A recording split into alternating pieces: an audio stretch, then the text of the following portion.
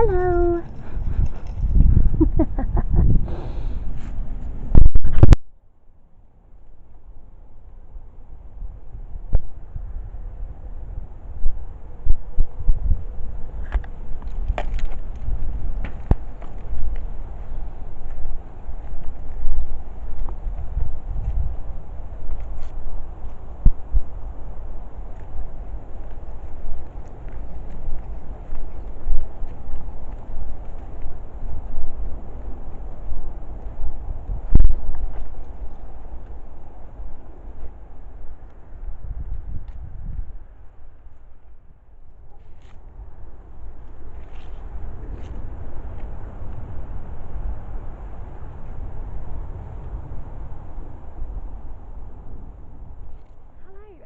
Welcome to another episode of Investigating with Bella Therapy. Today, happy Halloween to absolutely everyone, and thank you for joining me for this spooky video. Today, as you can see behind me, I am in a graveyard. This wasn't supposed to be my original location, and I just want to say a massive shout out to my friend Lisa, who was supposed to join me this evening in our original location. However, she's fallen really ill, so she couldn't make it. So I really hope that you feel better, Lisa, and that you can come with me next time. So today I am in Datchworth, which is supposedly the most haunted location in Hertfordshire. It is freezing cold. Sorry, I've wrapped up, but I'm still absolutely frozen, so I should have put some more layers on. And that's why my lips have gone purple. But it is starting to get dark. The sun is just about sort of just behind the trees. It's starting to get dark now, and this will be my first ever kind of night investigation, and I have to say, well, you can't see me, I have to say I'm quite nervous but also really excited. So I'll just tell you a little bit of wait for the actual sun to disappear behind the horizon, and then we'll get into it.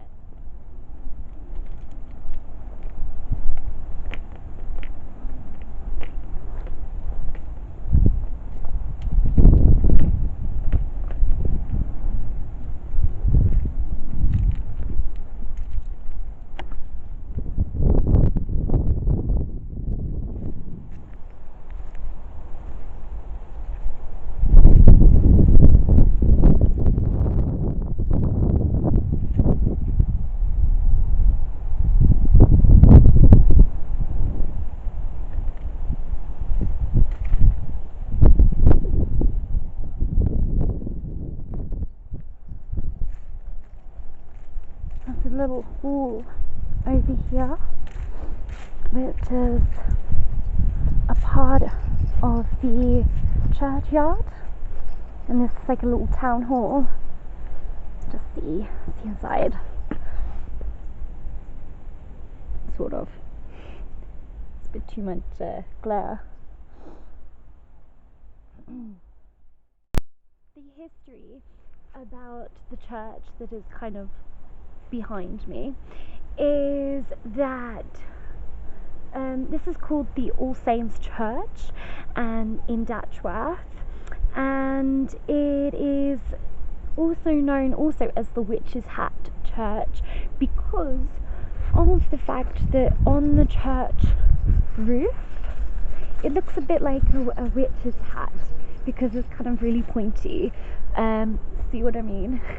So people also call it the Witch's Hat Church, which I think is actually an awesome name. So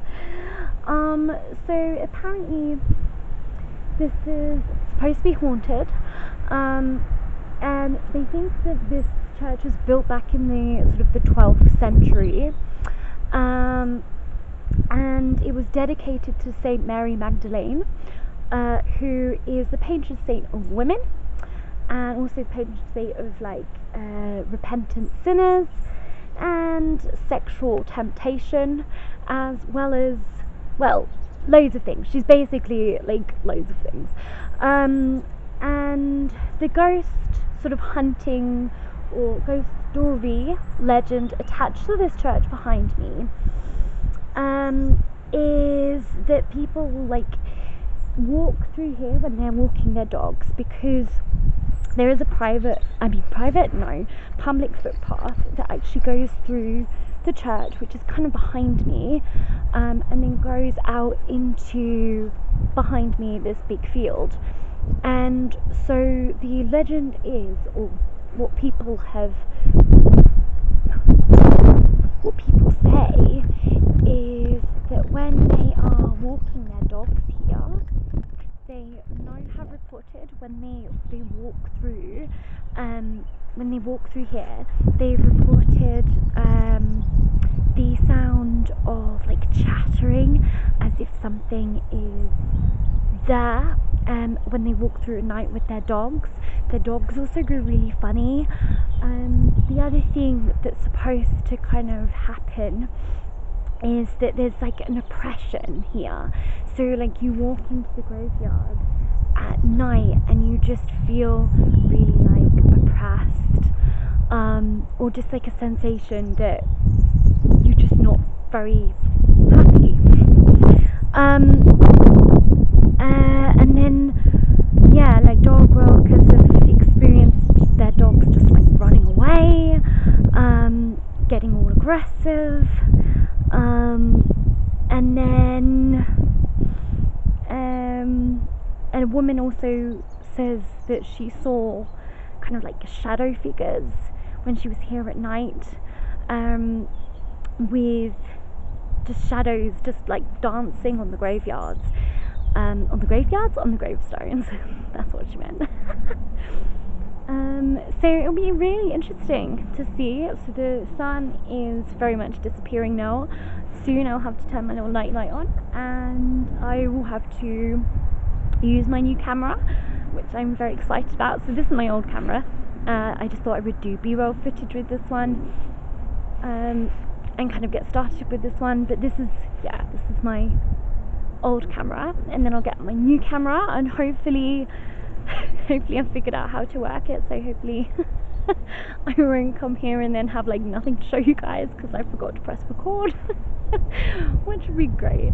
But yeah, let's get into it.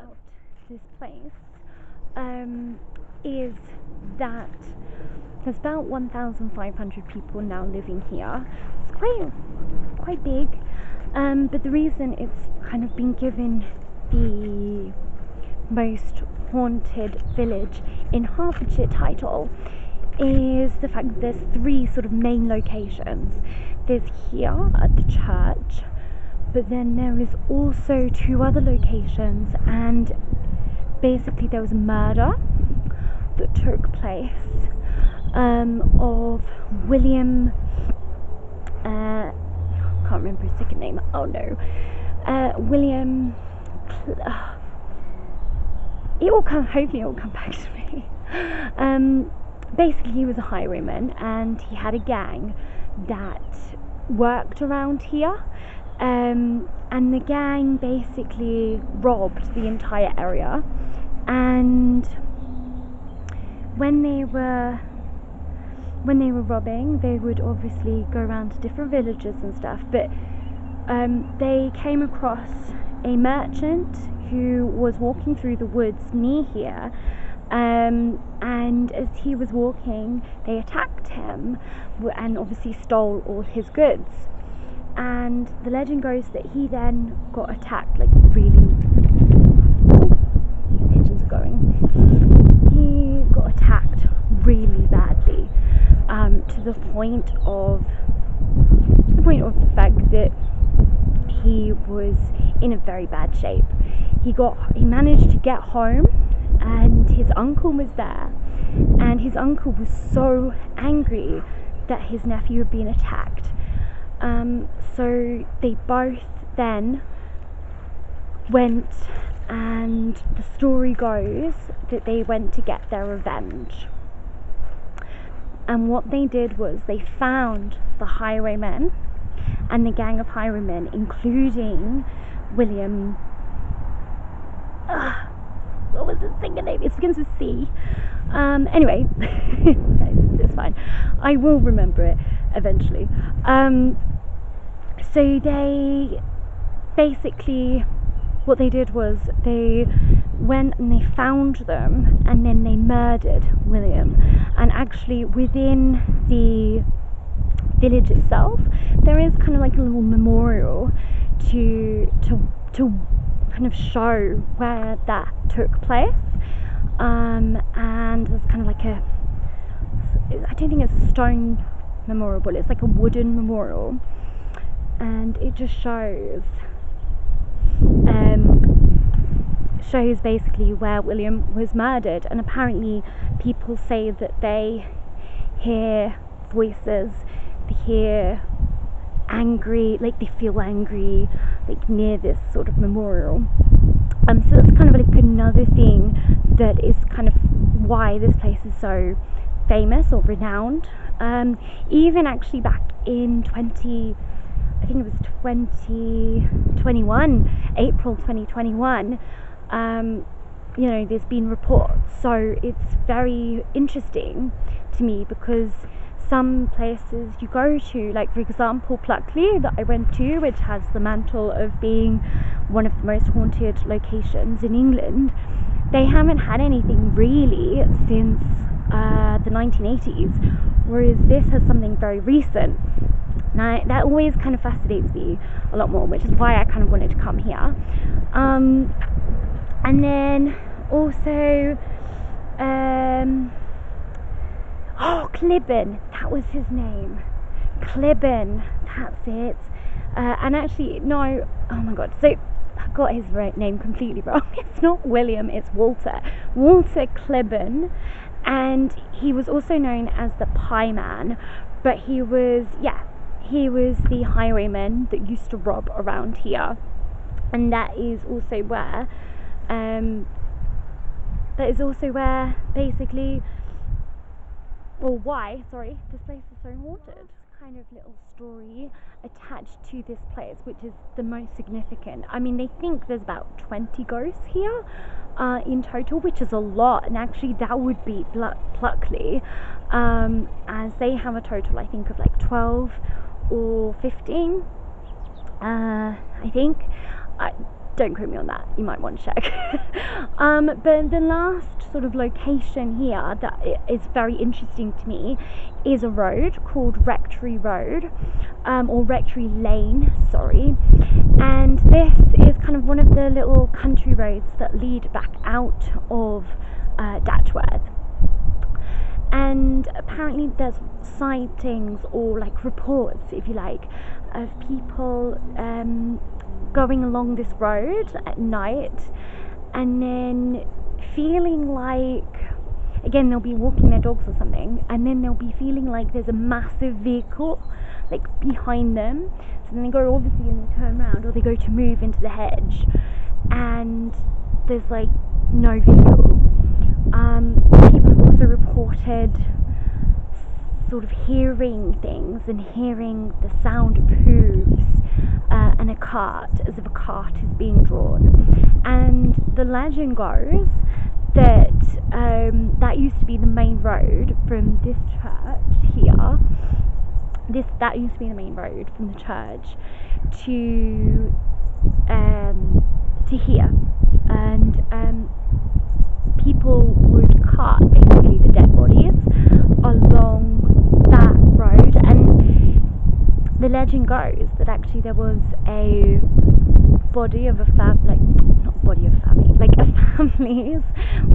family's bodies, there you go, on this cart, and it was being taken to here, and that apparently is residual. So people say that they hear that